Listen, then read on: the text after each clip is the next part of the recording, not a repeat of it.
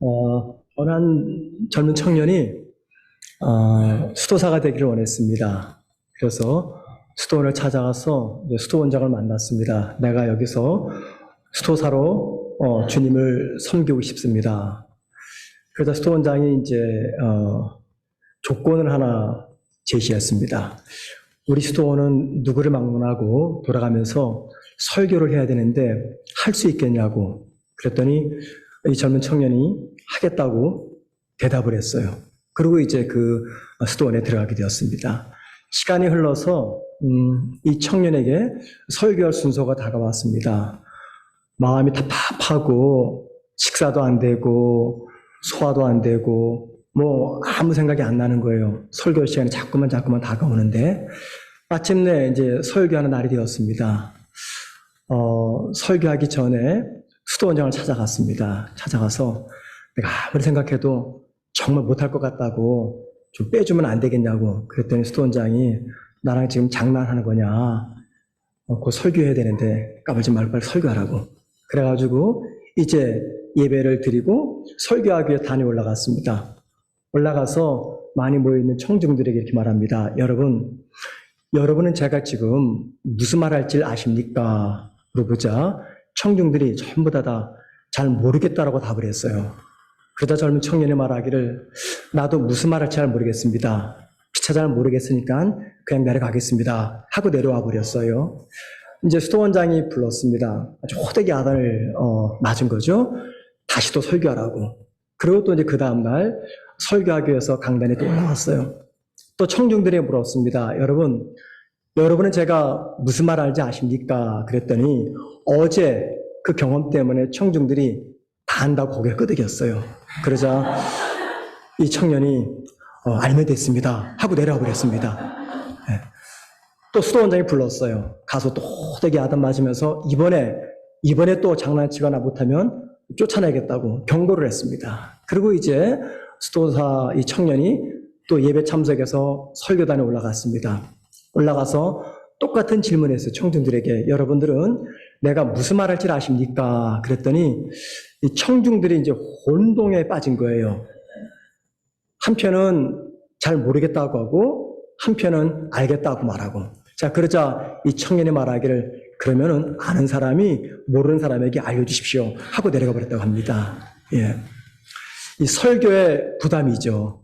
설교의 무거움.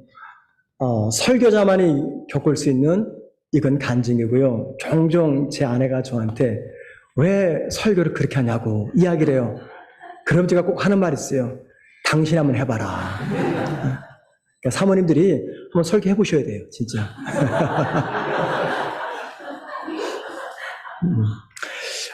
저는요, 처음 목사가 되면서 이 설교의 중요성을 참 많이 공부를 했습니다.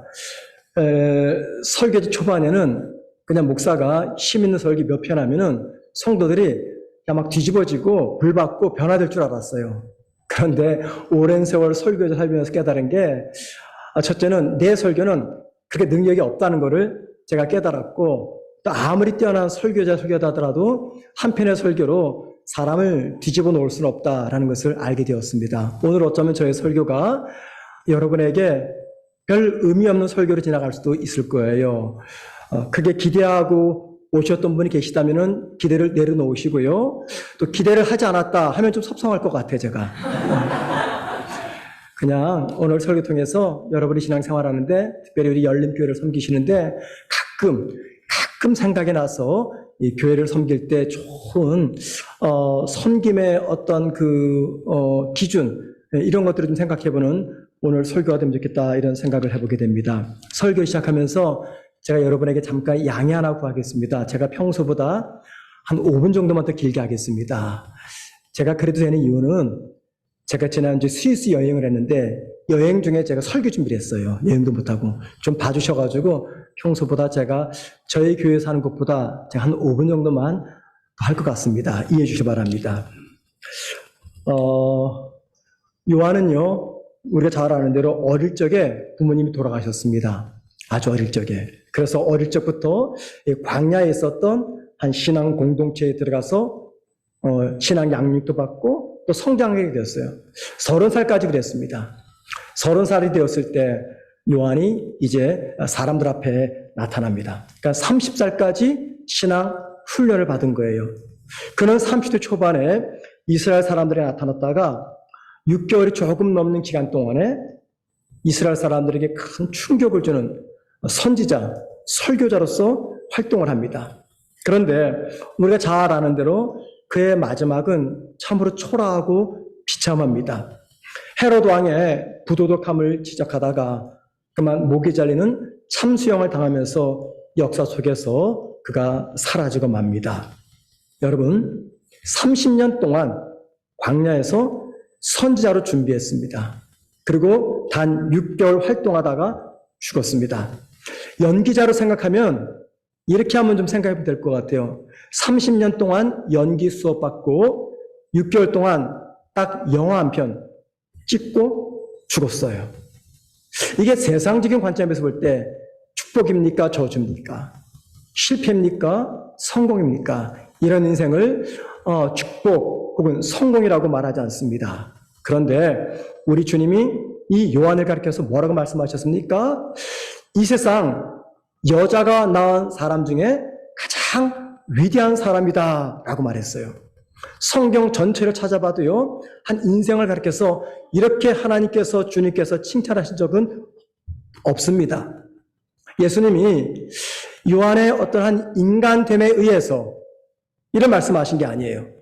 하나님의 목적을 위해 살다간 한 선지자로서의 삶을 보면서 이런 칭찬을 한 것입니다. 요한이 하나님의 목적을 위해서 살았던 삶의 특징이 오늘 본문 30절에 잘 나옵니다. 이렇게 말합니다. 그는 흥하여야 하겠고 나는 쇠하여야 하리라. 그런데 여러분, 제가 조금 전에 보니까 영어 성경에는 이게 기록이 되어 있는데 우리말 성경에는 기록이 안 됐어요. 뭐냐면 이렇게 말하는 요한의 단호한 의지가 우리말 성경에는 번역이 안 됐습니다. 원문을 보면은요, 반드시 뭐뭐 한다라는 의미를 지닌 조동사가 있습니다. 그런데 우리말 성경에는 번역을 안 해놓았어요. 그러니까는 예수님이 요한이 이렇게 말하는 거죠. 예수님은 반드시 흥해야 되고 나는 반드시 망해야 된다. 이런 말입니다. 이 말은 하나님의 뜻을 위해서 자신은 철저히 망하는 삶을 살아야 된다. 그 뜻입니다. 요한의 이 고백이 예수님이 그를 높게 평가한 이유라는 겁니다. 그런데 여러분, 요한의 이 고백이 굉장히 귀한 이유가 있습니다. 요한은요, 예수님보다 6개월 먼저 사역을 시작했습니다. 그런데 그 6개월 사역 기간 동안에 요한의 인기는요, 정말 대단했습니다.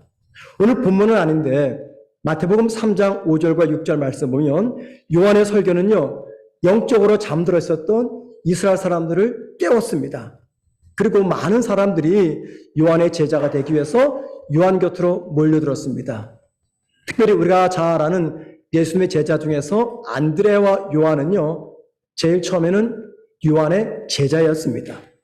자, 그러다가 어느 날 예수님께서 이스라엘 사람들 앞에 등장을 합니다. 자, 그러자 이스라엘 사람들이 이제 두 인물을 비교합니다. 예수님과 세례 요한을 비교합니다.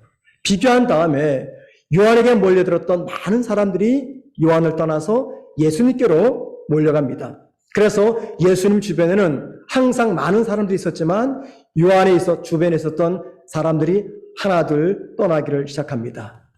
자, 이런 상황에서 오늘 본문을 보면은요, 요한의 제자들과 이스라엘 사람과 논쟁이 벌어졌습니다. 왜 논쟁이 벌어졌느냐? 25절 말씀 보면은 손을 씻는 어떤 그 의식법 때문에 요한의 제자들과 이스라엘 사람 사이에 논쟁이 일어난 겁니다. 그런데 이렇게 논쟁을 하다 말다 갑자기 26절 말씀 보면은 논쟁하던 요한의 제자들이 그의 스승 요한을 찾아갑니다. 찾아가서 말하기를, 선생님, 지금 당신 곁에 있었던 많은 사람들이 예수께로 몰려가고 있으니까는 어떻게 좀 해보십시오 라고 부탁합니다. 아니, 조금 전에 유대인들과 손 씻는 의식 문제로 논쟁하다가 왜 생뚱맞게 제자들이 요한에게 이런 말 하는 겁니까?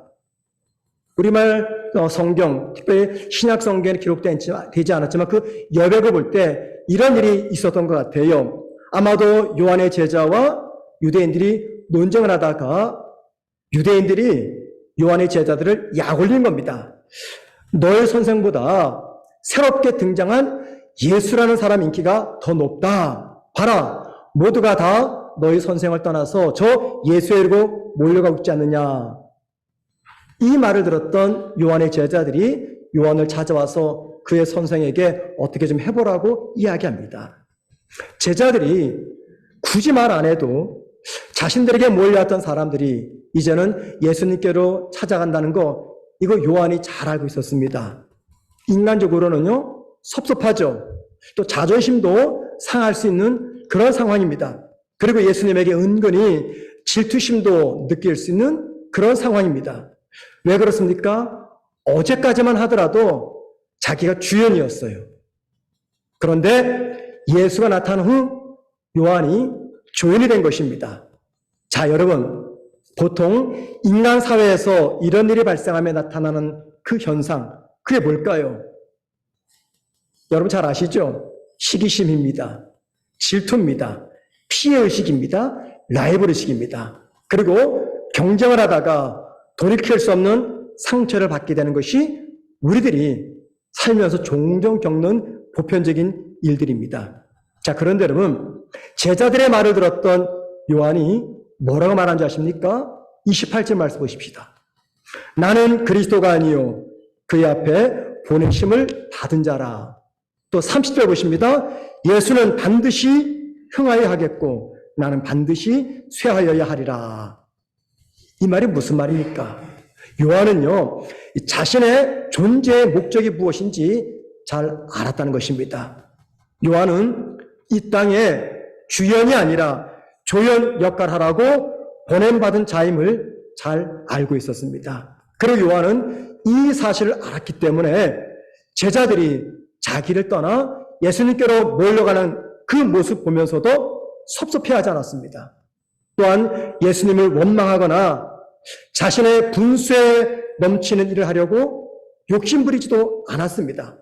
그래서 주님은 요한을 가리켜서 이 땅에서 여자가 낳은 자 중에 가장 위대한 자다라고 칭찬한 겁니다. 주인공 역할이 아니라 조연 역할 잘했던 이 요한을 향한 예수님의 칭찬입니다. 여러분, 요한의 이 고백이 우리 모두에게 도전이 되는 이유가 무엇 때문일까요? 한번 생각해 보세요. 사람들이 모이는 모두 집단마다 분쟁과 분열 그리고 다툼이 일어나는 이유 무엇 때문입니까? 이유가 뭡니까? 저마다 다 주연이 되려고 하기 때문입니다. 모든 사람에게는요, 이 주인공이 되고 싶은 욕망이 있습니다. 그래서 결혼식장 가면은 신랑 신부가 되고 싶어요. 장례식장 가면은 시체가 되고 싶어 합니다. 우리가 뭐라고 말합니까? 명예 또는 인정받고 싶은 욕심이라고 말합니다. 그런데 여러분, 교회도 마찬가지입니다. 이 교회가 어떤 것입니까? 십자가를 통해서 구원받아 하나님의 자녀가 된 사람들이 모인 공동체입니다. 우리 모두는 십자가 아래 모여 있습니다. 그런데 이 공동체 안에서도 어떤 문제가 벌어집니까? 이 안에서 높고 낮음의 문제, 옳고 틀림의 문제, 누가 더 중요한 직분을 맡았는가라는 문제로 분쟁과 다툼이 벌어지고 있다는 겁니다. 저희 교회가요, 작년 봄에 임직식을 했습니다. 장로님 3분, 안수 집사님 한 12분, 권사님 한 30분 가까이 총 43분을 뽑았는데 하나님의 은혜로 1차 투표 모두 안수 집사님, 권사님, 장로님은요 투표자 수의 3분의 2 득표를 받아야 됩니다. 그런데 저희 교회는 한 번 투표했는데 모두가 다 3분의 2가 나왔어요. 그러니까 1차 투표로 43명이 다 된 겁니다. 자, 문제가 그때부터 벌어지는 거예요. 그 전까지는 큰 문제가 없었습니다. 내가 왜 후보에서 빠졌느냐, 왜 저 사람이 올라갔느냐 말이 없었는데 후보로 올라간 사람 모두가 다 한 번의 투표로 다 장로가 되고 권사가 되고 안수집사가 되니까 이런 생각이 드는 겁니다. 야, 나도 후보로 같았으면은 나도 되는 건데 이런 생각을 하는 거예요. 그래서 한 두 분 집사님이 여집사님이 저를 찾아왔어요. 저한테 묻는 겁니다. 울면서 목사님, 내가 왜 후보에도 들어가지 않았습니까? 아, 이럴 때는 정말 미쳐요. 본인이 더 잘 알잖아요. 그죠? 솔직히. 참, 목사는요, 진실을 절대 말하지 못합니다. 여러분, 그거 아세요? 서로 말을 막 하죠. 근데 그 말이 목회자에게 다 들려요. A라는 성도가 목사가 찾아와서 무슨 이야기 다 하는데요. 목사는 다 알아요. 답을 다 알고 있어요. 그런데 목사는 절대 교인들에게 진실을 말하지 못합니다. 저도 그렇지만 우리 함께 사역하는 교육자들에게 늘 당부해요. 교회 내에서 교육자는 절대 진실을 밝히는 거 아니다. 큰일 난다. 그냥 넘어가라. 그냥 저한테 와가지고 울면서 왜 내가 안 됐냐고. 그런데 그 다음 말이 기가 막혀요. 이번에 생각할 때 마치 자기가 우리 교인들을 시험 봤는데 자기만 낙제 점수를 받은 것 같아요. 낙제 점수. 신앙의 낙제 점수. 이 투표를 하기 전까지는요, 그렇게 귀한 분이었어요. 그런데 투표가 되고 모두가 다 됐는데 자기만 안 됐다 생각하면서 자신이 신앙 성적표에서 낙제 점수를 받았다. 그래서 이게 굉장히 속상하다는 거예요. 여러분, 우리 모두가 꼭 기억할 것이 있습니다. 이곳에 모인 우리 모두의 외모가 다 다릅니다. 외모가 다르듯이 성도들이 하나님께 받은 은사 역시 다 다르다는 겁니다. 역할도 다 다릅니다. 그런데 만약에 자신이 입을 수 있는 크기의 옷을 생각하지 아니하고 나보다 더 큰 옷을 입은 사람의 그 옷을 부러워하고 시기하고 경쟁을 한다면요, 결국에는 이 교회 공동체는요, 시기와 분쟁만 가득 찰 겁니다. 그렇기 때문에 교회 모든 성도가 주연이 아니라 조연이 될 때 이 교회는 건강한 신앙 공동체가 될 수 있습니다. 바로 이것이 오늘 요한의 이야기가 저와 여러분에게 전해주는 신앙의 교훈입니다. 우리가 이 교회 공동체 안에서 다른 사람을 주연으로 세워주는 조연 노릇하려면요, 꼭 기억할 것이 있습니다. 삶의 자세입니다. 그것은 사람들이 나를 어떻게 생각할까? 사람들이 나를 어떻게 평가할까? 이게 아니라 하나님이 나를 어떻게 생각하실까? 하나님이 나를 어떻게 평가하실까? 여기에 대한 고민입니다. 왜 그렇습니까? 성도에게 가장 중요한 것, 그게 뭡니까, 여러분? 목사님이 나를 어떻게 생각하실까? 아무개 집사님이 나를 어떻게 생각하실까? 이게 아니라 하나님이 나를 어떻게 생각하실까? 하나님이 나를 어떻게 평가하실까? 이게 우리 성도들에게는요, 가장 중요한 겁니다. 사람들이 아무리 나를 인정하고 나를 높여줘도 하나님이 인정하지 않고 하나님이 높여주지 않으면요, 사람들의 그 평가가 무슨 의미가 있겠습니까? 저는요, 짧은 세월이지만 담임 목회를 하면서 사실 부교육자 때는 몰랐습니다. 그래서 이게 참 교만한 이야기인데요. 여러분 용서하시고 들어주세요. 부목사 30년 사역하는 것보다 담임 목사 1년 사역하는 거 비교가 안 됩니다. 담임 목사 1년 하면요, 부목사 50년 한 그 이상의 경험을 하게 돼요. 제가 짧은 시간이지만 담임 목회를 하면서 깨달은 그 진리가 있습니다. 그래서 성도들이 아무리 목사님 진짜 설교가 은혜롭습니다. 목사님 정말 성품이 좋습니다. 그 말 듣고 히히거리고 막 그냥 정신 못 차리면요, 큰일 난다는 겁니다. 성도들의 평가는요, 상황에 따라 수시로 바뀌어요. 오늘 목사님 너무너무 좋아요 했던 사람이 내일 목사에게 칼을 들이대고 총을 들이대면서 목사를 공격합니다. 목사에게만 그럴까요? 여러분 속지 마세요. 사람들이 나를 아무리 칭찬해도요, 그 칭찬과 좋은 평가는요, 영원히 지속되지 않습니다. 상대적이기 때문에 제가 내린 결론이 있어요. 절대 교회는 이거 저희 땡땡땡 교회가 말하지 마십시오. 절대 교회는요, 좋은 장로님이 없어요. 좋은 목사도 없고 좋은 성도도 없어요. 제가 내린 결론이에요. 그래서 교인들이, 교육자들이, 장로님들이 무슨 말 해도 상처받아요.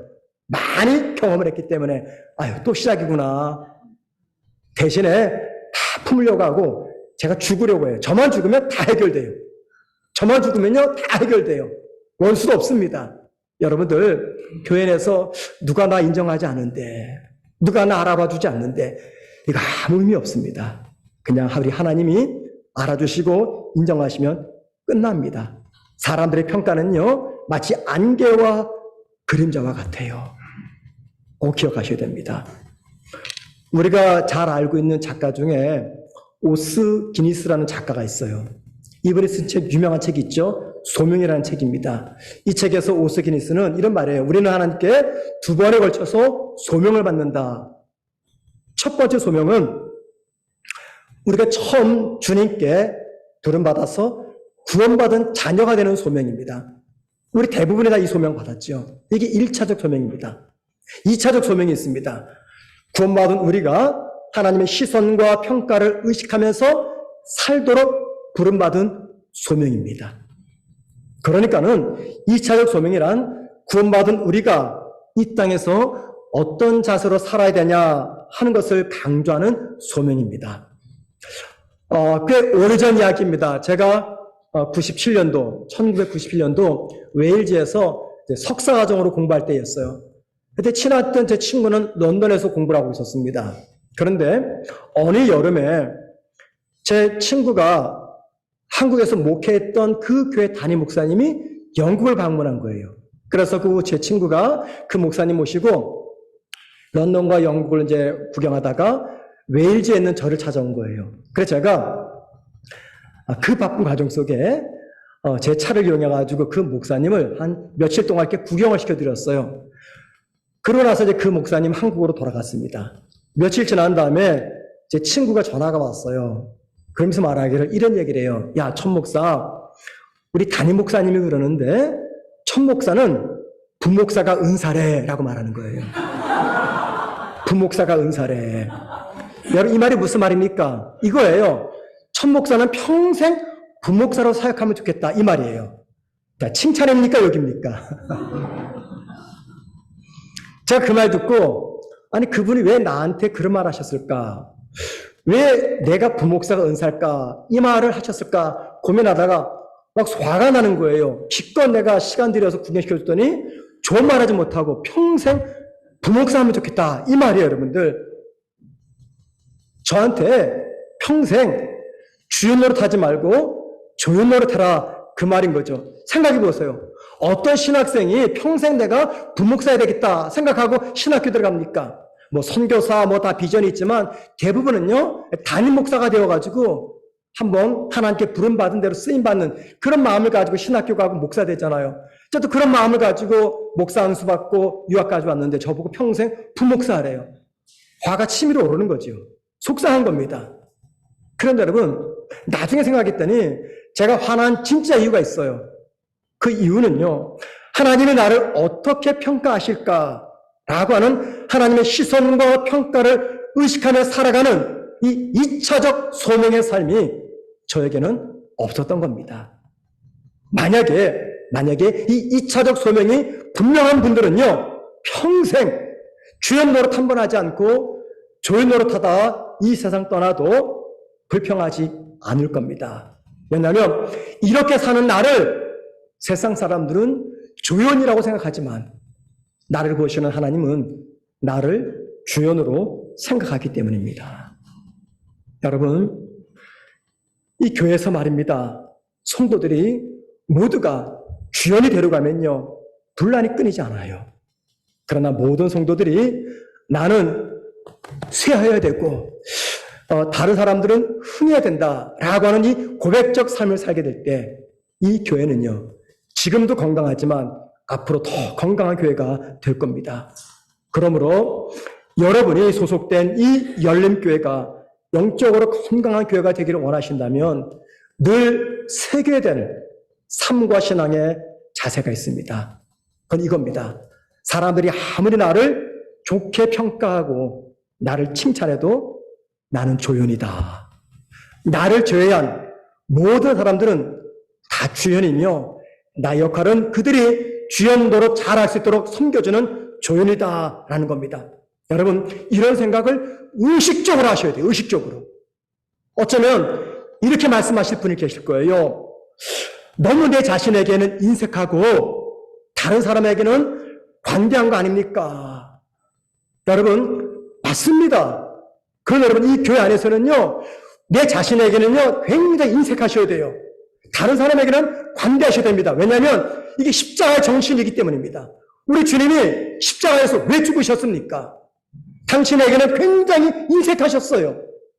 죄인에게는 관대하셨어요. 만약에 이것이 거꾸로 됐다면 우리 주님 결코 십자가에서 죽지 않았을 겁니다. 저와 여러분은 십자가 아래 모인 성도들이에요. 그렇기 때문에 우리는요, 내 자신에게는 굉장히 인색하고 다른 사람에게는 관대해야 됩니다. 교회 공동체의 문제와 질병의 원인, 출발점이 무엇입니까? 나에게는 굉장히 관대해요. 다른 사람에게는 인색합니다. 여러분, 나에게 관대하면은요, 나는 주연입니다. 다른 사람에게 인색하면 그 사람은 조연입니다. 여기서부터 교회 문제가 발생하는 거예요. 저는 용기가 없어가지고 교회를 개척해 본 적이 없습니다. 담임 목사 경력이 영국에서 9년, 한국에서 지금 10년째가 되고 있어요. 저는 이 세 교회를 지금 세 교회에서 담임 목회를 하고 있는데 한 번은 영국에서, 한 번은 부산에서, 한 번은 이제 평택에서 저는 다 이렇게 이력서를 놓고 지원을 했습니다. 특채가 아니라 공채인 거죠. 예, 이렇게 서류를 넣고 후보가 뽑히면은 교회인들 투표가 된 거예요.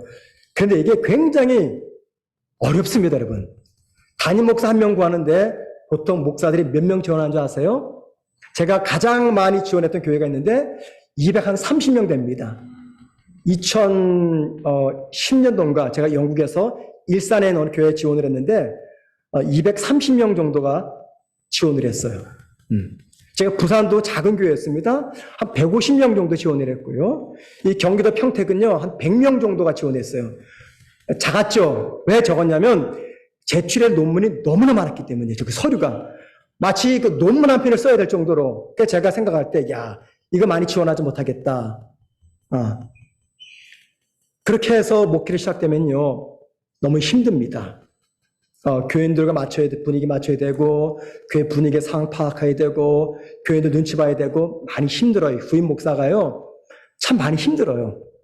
제가 이제 7년이 지났기 때문에 좀 마음에 조금 여유가 있지만, 늘 긴장 속에 살아갑니다. 그래서 제가 지금 평택 성문교회 와서 목회하면서 하나님께 기도했던 기도 제목이 하나 있어요. 하나님, 제가 목회를 서두르지 않고 좀 천천히 하겠습니다. 흔히 말하는 전도 행사도 안 하고 제자 훈련도 안 하고 그냥 예배에만 최선을 다하겠습니다. 그렇게 생각했던 이유는 담임 목사가 새로 오자마자 막 전도하자고 설치면요, 교회들이 무슨 생각할까요? 야, 저 목사 빨리 교회 부흥시키려고 지금 혈안이 돼 있구나, 이런 생각을 하거든요. 또 여태까지 지내왔던 교회 분위기가 있는데 다 뒤집어 엎고 막 제자 훈련하고 뭐 하면요, 그동안 이전에 계셨던 목사님에게 적응했던 교인들이 충격을 받는 거예요. 그래서 저는 아무것도 안 했어요. 그냥 예배, 금요 기도, 이 두 가지만 집중했습니다. 그런데 오자마자 이제 부임 신방을 쭉 하는 거죠. 전 교인들을 제 아내와 함께 다 신방을 했습니다. 그러다가 한 4개월 지나고 나서부터는 부임 신방을 할 수가 없었어요. 왜냐하면 하나님께서 정말 은혜를 베푸시는데 새 가족들을 이렇게 보내시는 거예요. 이렇게 막 큰 교회들은 별로 티도 안 나는 숫자지만 제가 목회했던 교회는 큰 교회가 아니었기 때문에 1년에 한 150명, 160명 등록을 해요.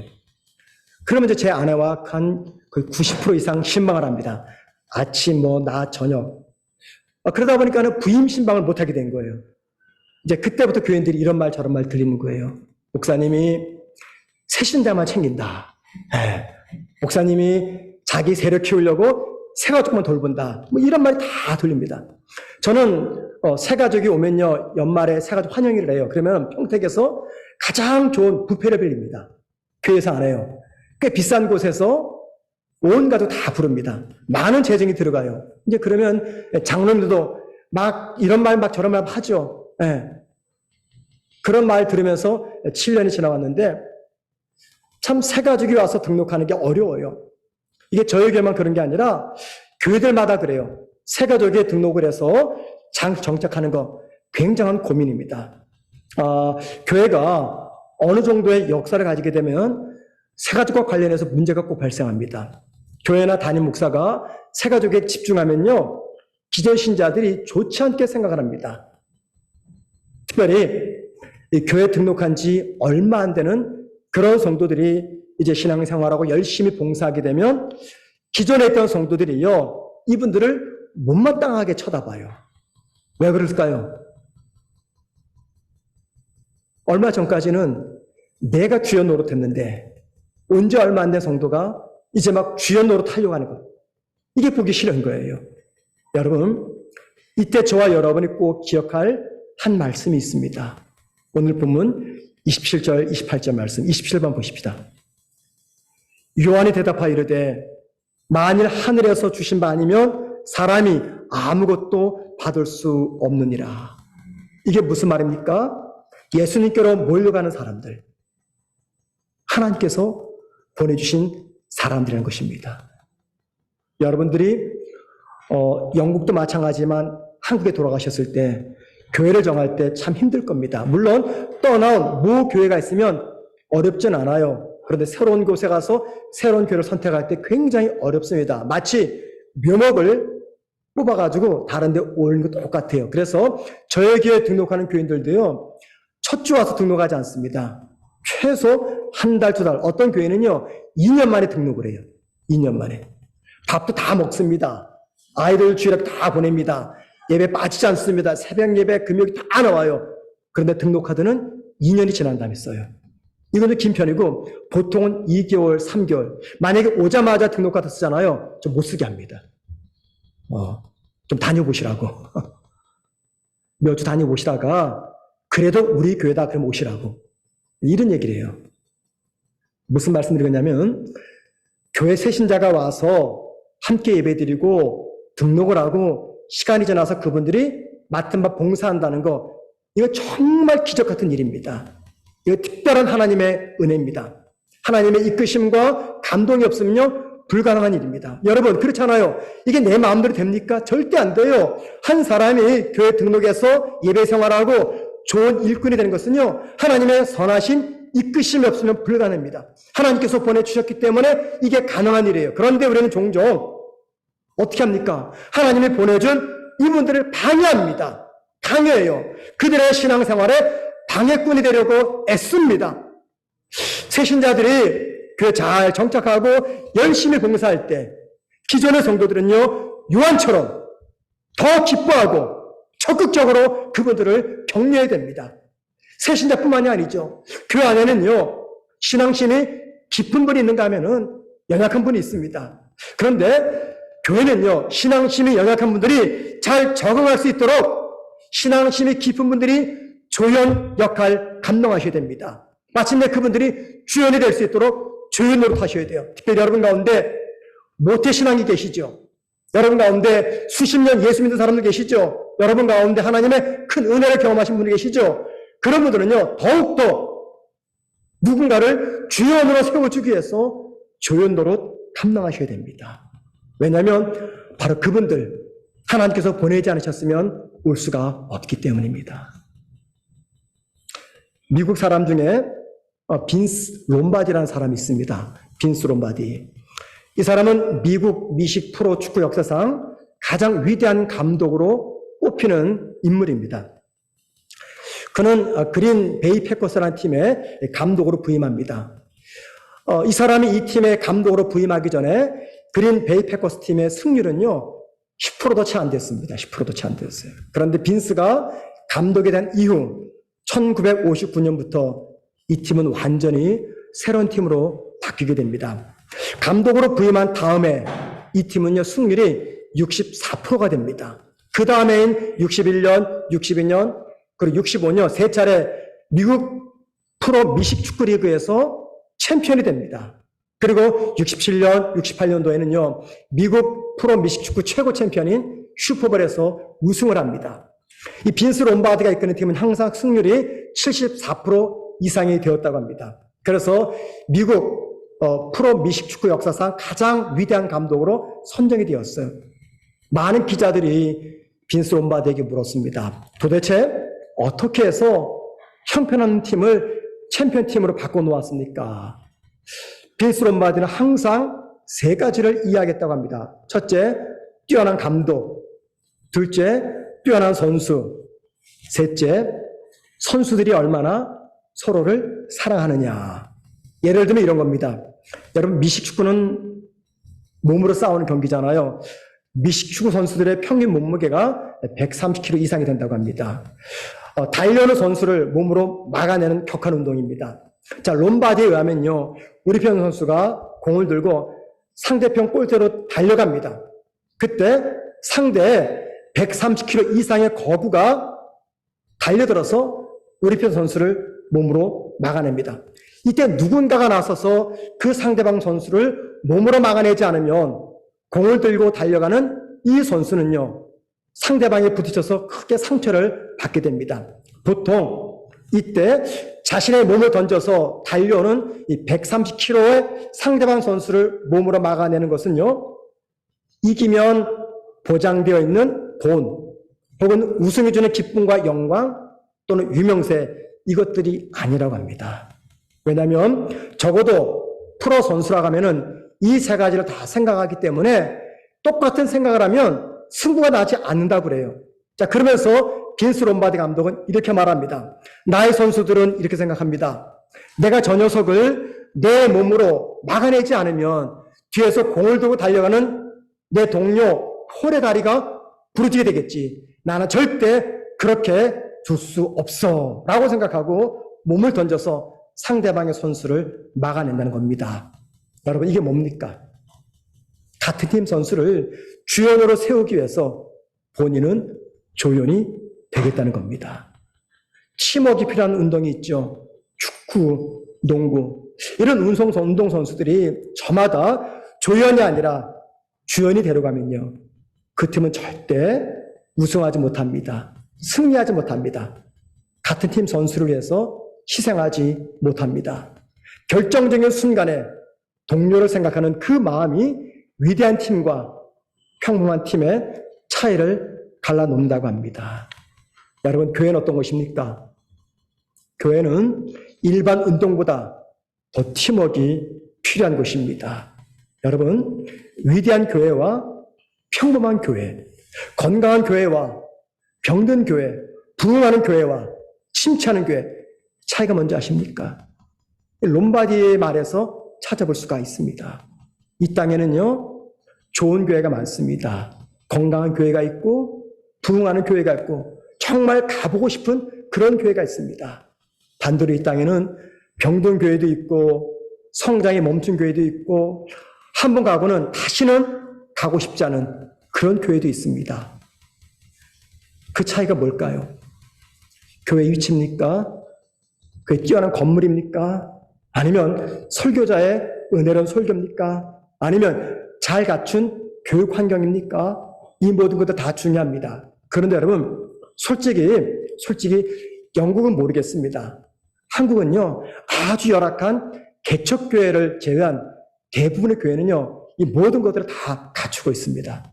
설교자들의 설교 마찬가지입니다. 종이 한 장 차이입니다, 여러분들. 그리고 은혜로운 설교는요, 설교자 설교 달려있지 않고 그 설교 듣는 내 마음 상태 달려있어요. 별 차이가 없어요. 결정적인 차이가 어디인지 아십니까? 그 교회에서 내가 사람들로부터 진정으로 존중받고 있는가? 그 교회에서 내가 진정으로 사랑받고 있는가? 그 교회에서 내가 진정으로 보호받고 있는가? 그 교회에서 내가 인정받고 있는가? 이 차이입니다. 함께 예배드리는 내 옆의 성도를 더 높게 인정해주는 교회, 함께 신앙생활하는 내 옆의 성도를 주연으로 세우기 위해서 내 자신은 조연으로 낮아지는 교회, 이런 교회들이 영적으로 건강하고 부흥하는 교회들입니다. 고린도전서 12장은 우리가 잘 아는 은사장입니다. 많은 은사들이 있고 직분이 기록되어 있어요. 그런데 12장 마지막 절인 12장 31절에 이렇게 끝을 맺습니다. 너희는 더 큰 은사를 사모하라. 앞에까지 큰 은사와 직분들을 이야기한 다음에 마지막 결론으로 너희는 더 큰 은사를 사모하라. 그리고 13장에서 뭐가 나옵니까? 사랑이 나오죠. 그럼 여러분, 더 큰 은사는 뭡니까? 사랑이라고 생각합니다. 아닙니다, 여러분. 사랑이 아니에요. 더 큰 은사, 우리말로는 단수로 번역이 됐지만 원문은 복수입니다. 더 큰 은사들을 사모해라. 근데 사랑은 단수잖아요. 사랑이 더 큰 은사가 아닙니다. 사랑으로 행해지는 직분, 사랑으로 행해지는 봉사, 사랑으로 감당하는 은사들, 그러니까 사랑의 동기라는 모든 봉사, 은사 활동, 이것들이 가장 큰 은사라는 것입니다. 교회는요, 다양한 직분자들과 봉사자들이 있습니다. 그런데 교회 모든 직분자들과 봉사자들이 값진 직분, 값진 봉사가 되는 것은요, 우리의 사랑입니다. 우리가 사랑으로 다른 사람을 섬기고 그 사람을 높여주는 조연 역할을 할 때, 그런 내 직분이, 그런 내 봉사가, 그런 내 은사가 가장 큰 직분과 가장 큰 봉사와 가장 큰 은사가 될 수가 있다는 겁니다. 여러분 모두가 이런 교회에서 신앙생활하기를 원하십니까?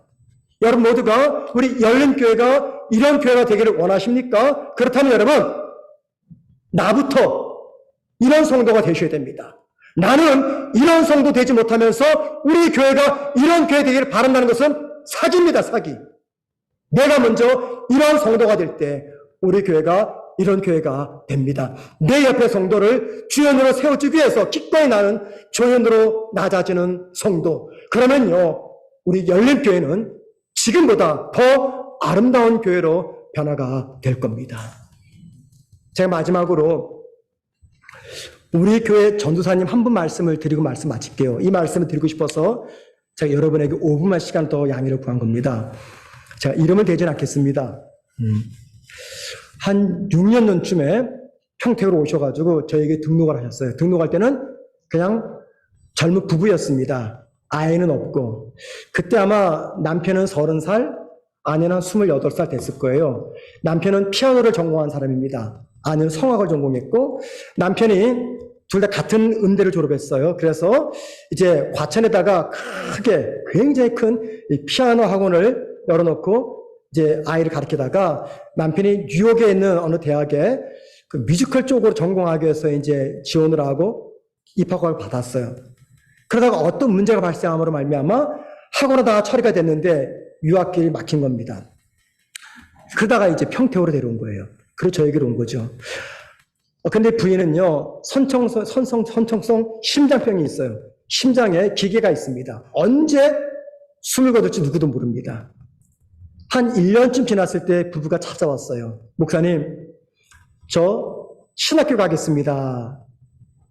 그래서 제가 말렸어요. 하지 말아라. 왜 좋은 거 많이 있는데 이거 하려고 하느냐. 딴 거 해라. 제가 말렸어요.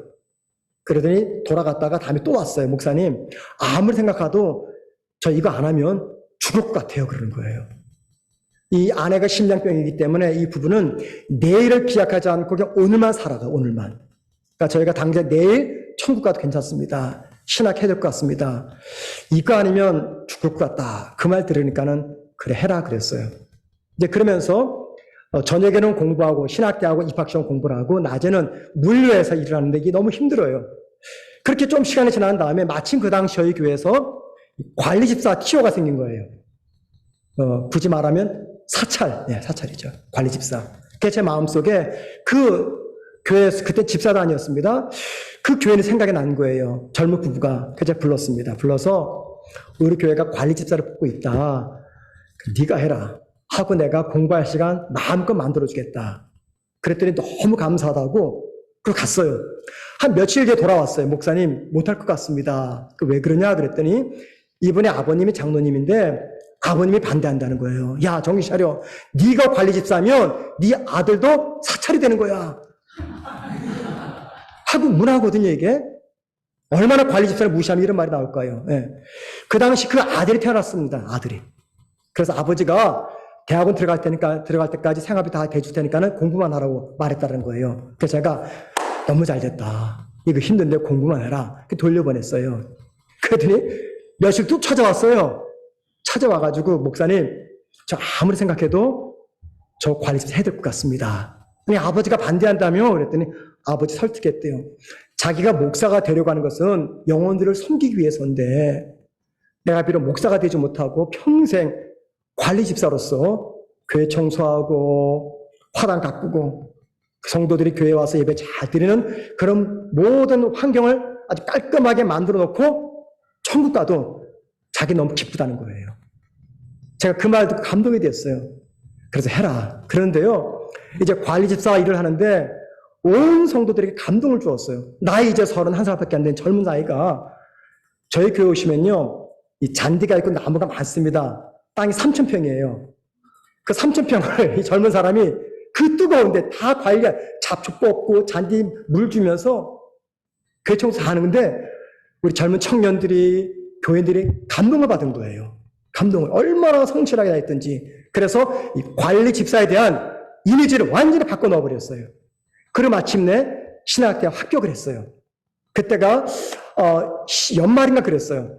제가 됐다 싶어가지고 당회를 열었습니다. 아직 신학대 입학식도 안 했어요.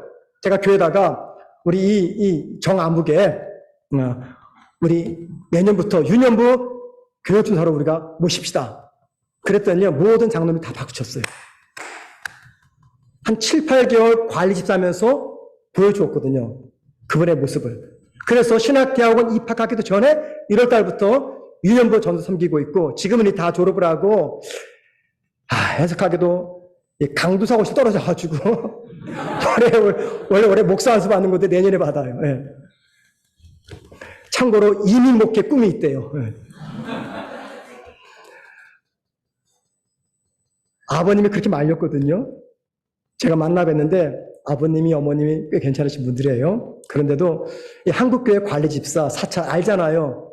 근데 이 젊은 청년이, 젊은 성도가 교인들이 주일날 교회 와서, 수요일날 교회 와서 예배드리고 갈 수 있도록 모든 환경을 만들고 청소하다가 천국 가도 그걸로 족합니다. 그 말을 제가 마음에 듣고 큰 감동을 받은 적이 있습니다. 이분의 말이 무슨 말입니까?